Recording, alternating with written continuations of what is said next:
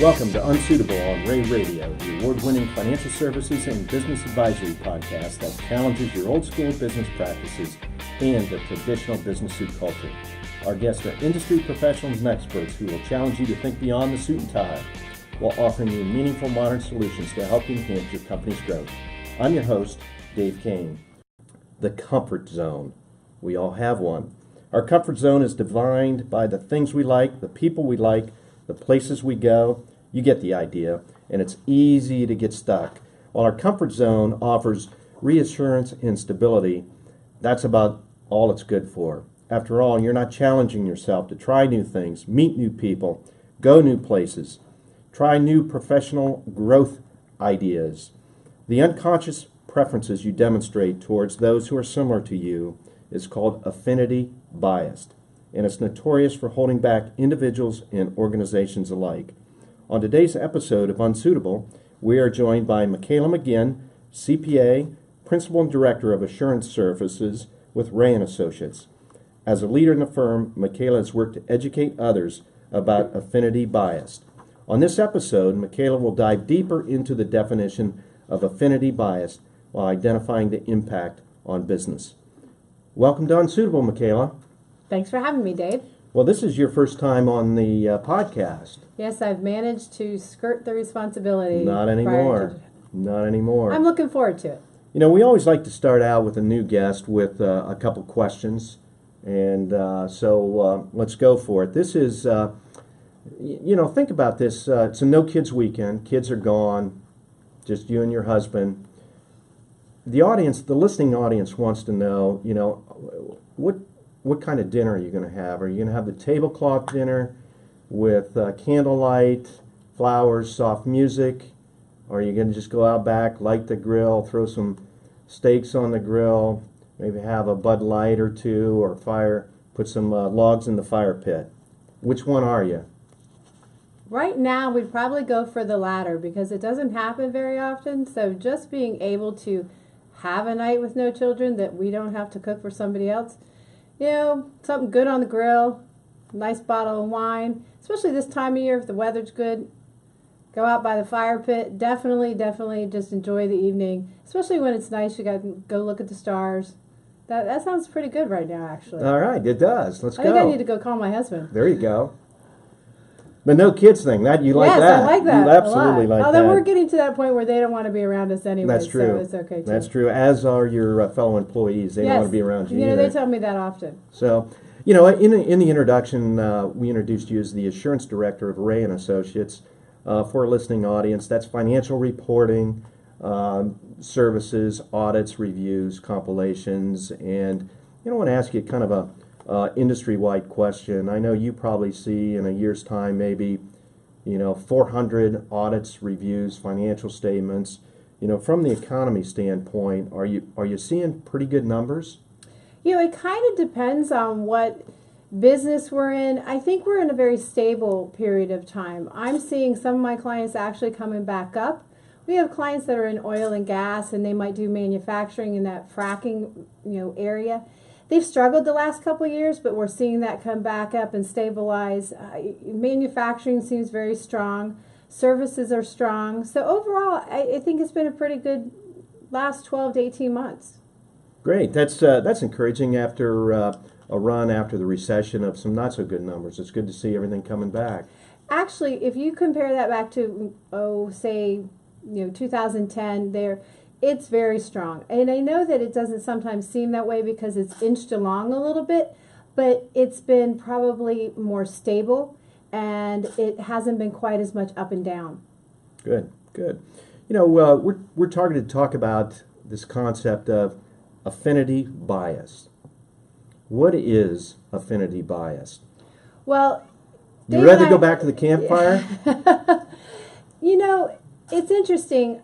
I've been in this business over 30 years. So when we started talking about this, there's things you kind of go, oh yeah, that makes sense. But in getting prep for this, I actually did a little bit of research. Wanted to make sure I had the right words. And you and I had a couple different conversations. And there were a couple ahas, like, oh, I should have known that. But the reality about affinity bias, and Dave, you know me pretty well. I can sometimes be a little technical because that's kind of my background. But I do think using these words will help. Affinity is a natural likeness, and bias means a favor towards. So affinity bias is taking your natural likeness and having a favoritism to that, in simple words. So that means you're going to go around and you're going to be around the people you're comfortable with. You're going to be around the things that you're comfortable with, and you're going to work within your comfort zone. So a lot of this, and we want to put it in the concept of the business environment, a lot of it has to do with, and you and I had this conversation about recruiting, retaining employees. And let's start with recruiting. As you go through, and you've done your share of interviews, as have I, and as you sit there and you interview, you say, that person's a lot like me. I think I'm going to hire that person. Is that affinity bias? That's affinity bias in a nutshell. I think part of what happens... Well, podcast is over. Crack at that bottle of wine. Let's go.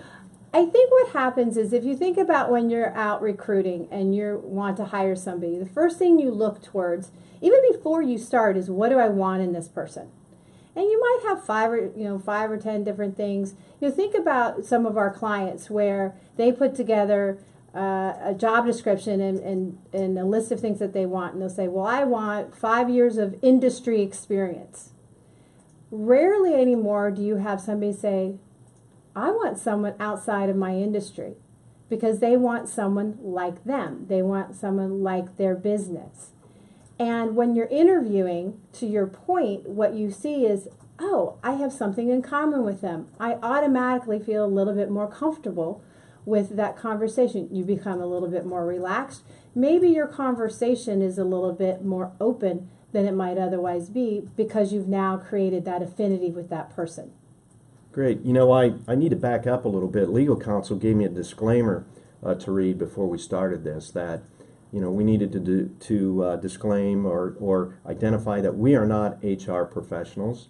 We're just 2 partners in a top 100 CPA firm talking about recruiting and getting the best talent available. That's absolutely correct. So, we are not HR experts. What we bring is an understanding of personal experiences and the realities that we are around every day. Let's talk about the halo bias.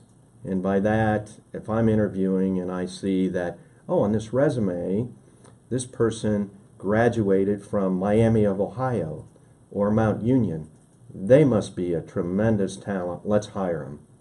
Is that another example of affinity bias? Very possibly. I think in that case it may or may not be. I think in where you might say it's not is, what do you know about the school? What do you know about their business school? And in those cases, there might be some science behind why you're saying that's a good thing. So in other cases, it might be, oh, hey, I went to school there. They got to be good. It's why are you coming up with that conclusion that may lead you to say, hey, I have affinity bias or not. And I think we can say with 100% certainty, even though we're not HR professionals, that this affinity bias is almost in every business, in every industry, all sizes and shapes. Absolutely. It's human nature. It's what you do with it that makes the difference. One is just knowing that it's out there and being cognizant of what you've got going on, and then how do you manage it? That's what's important to our clients, to businesses out there, and to folks that are looking to, one, hire, develop, train, and retain the best talent. What are some of the pitfalls? The pitfalls are that you surround yourself with people like yourself. I've often said, we only need one of me. I'm more than enough. We don't need two. You want me to comment on that? No, because we know your response. I've seen it in the past. We only need one of me. But the reality is, if you only surround yourself by people like you give up the opportunity to learn something new, to have people with different ideas, different perspectives, and just different attitudes. You don't bring them to the table. If you align yourself with people that are just like you, then you don't give everybody equal opportunity to be developed and to advance. And then your company is at a disadvantage, because if you have a company that does do that, then they have a more well-rounded group of people from which to work. And then when you're going out and trying to get new customers, you're trying to get new clients, well, what are they looking at? Because they also have affinity bias. So if they're seeing all the same type of people with all the same kind of attitudes, they're going to, well, those aren't necessarily like mine. So I think I want to go someplace different. And so those are some of the biggest pitfalls. Well, I too think the other side of the coin, the benefits, I don't see anything wrong with hiring another Michaela McGinn based on your leadership and training and mentoring ability. I think I want all types of those kind of people on my staff. But you can have great leadership, good training ability, and other things, and not have someone just like me. You can have someone who has those skills. And let's not confuse great skill sets and great abilities with the affinity part of it. The affinity part of it is gaining too comfortable. And when you are too comfortable, you become complacent. Because what happens is you think, well, everybody thinks like I do. Everybody thinks that this is what's important, when it's really maybe just important to me. Somebody once said, and this is outside the business context, but when you're raising children, there's probably 10 priorities. And everybody has, if you ask them to list them, the same 10 priorities. But the first priority versus the 10th priority is going to vary depending on who it is and how they bring it to the table and what their perspective is.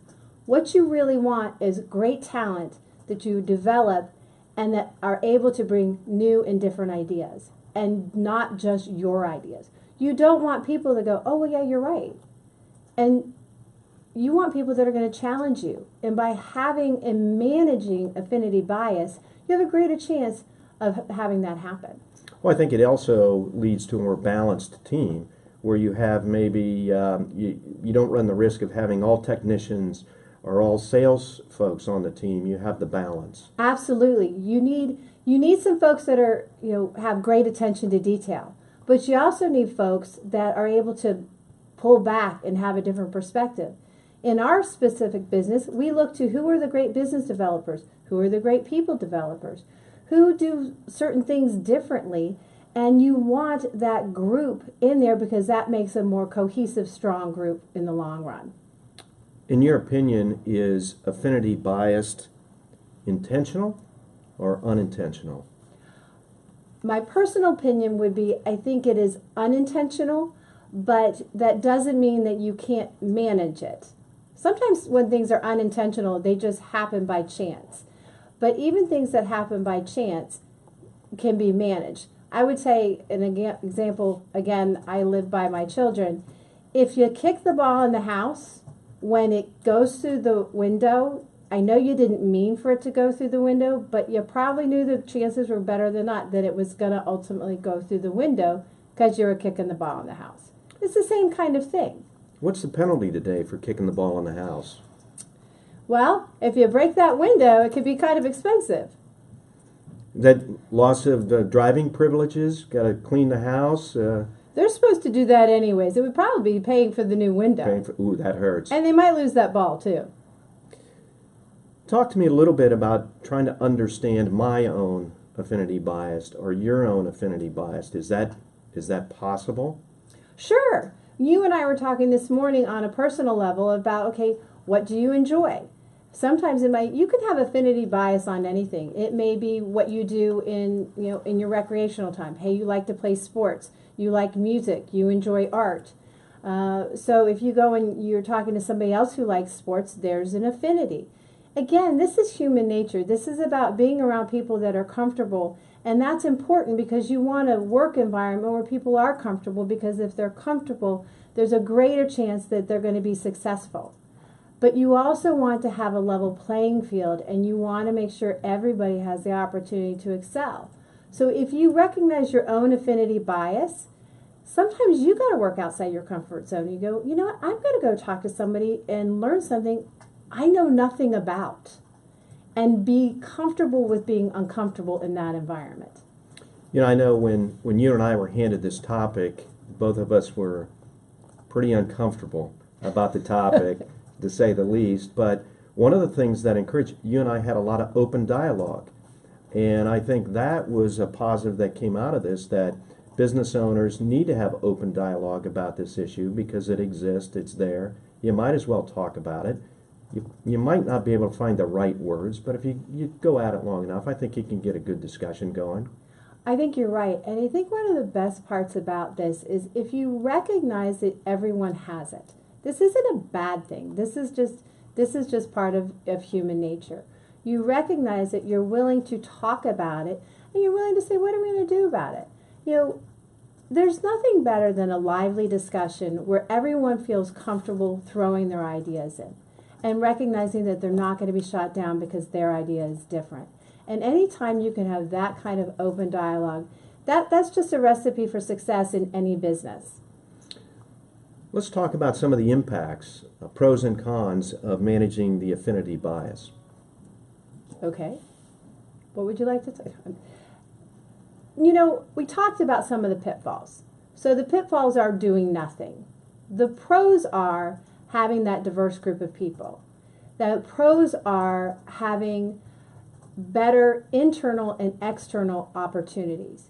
If you have managed your affinity bias, then you know that lots of different people are going to have the opportunity to succeed.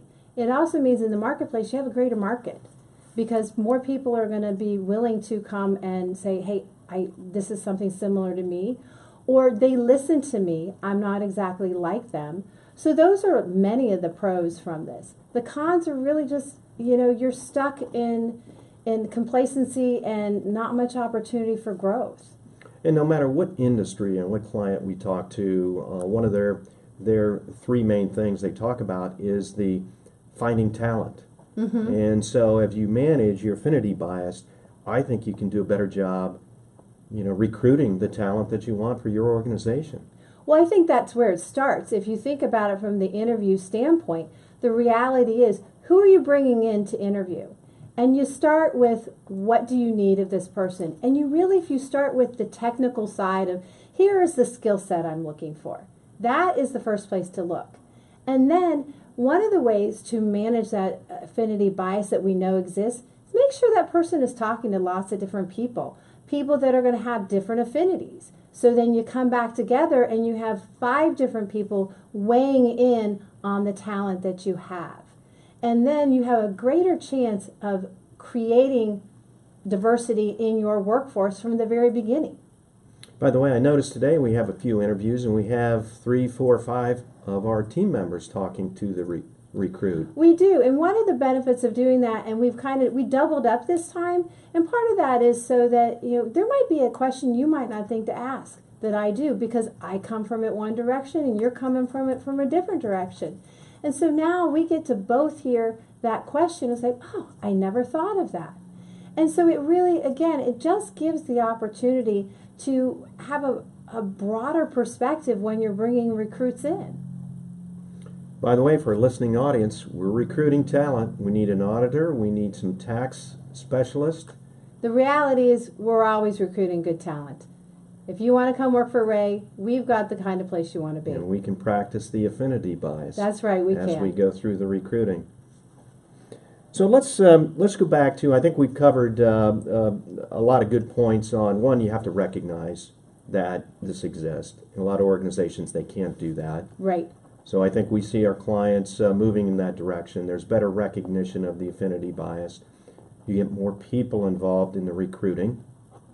Those are two probably the biggest ones, I would agree. And once a individual's aboard, you still have to pay attention to the affinity bias. It's just not a recruiting tool, it's an ongoing tool. Absolutely. I think one of the things that we have to remember, this is going back to your comfort zone. So you bring a brand new person in and they have the opportunity to work for different people. And it's like, okay, what do you find that you feel comfortable? You just naturally migrate to people that you know or people that have common interests. That's fine and that's expected. But what you need to make sure you do is that you're not excluding somebody because they don't have the interest that you have. Like sports, music, art. When I was starting out, remember, I'm in public Shopping. accounting. Well, yes, and that's a very good one to have. everyone needs a new purse. Well, most of us do. But, when I started working, I started listening to the sports page, or I read the sports page every day, and I listened to the radio of the sports every day because I worked with men every day. And so therefore, that's what they talked about. And the reality was, if I didn't want to be sitting in the dark and have no one to talk to, I had to change my affinity to what they wanted. So I think that's the other lesson here, Dave, is that this is a responsibility for everybody. It's responsibility for the people this isn't just the company's responsibility, it's the people that work there. I mean, if you want to be aware of your own affinity biases at all levels, you also have to be willing to be open to what other people do. And that's from a brand new hire, a young person coming out of school, all the way to the owners and upper management. Before we wrap up, I do want to go back to that campfire story you opened up with. I know you guys like, dinner and a movie. Would the movie be Blazing Saddles that you watched? Unfortunately, no, not right now. Right now, it would probably be one of the Fast and Furious series.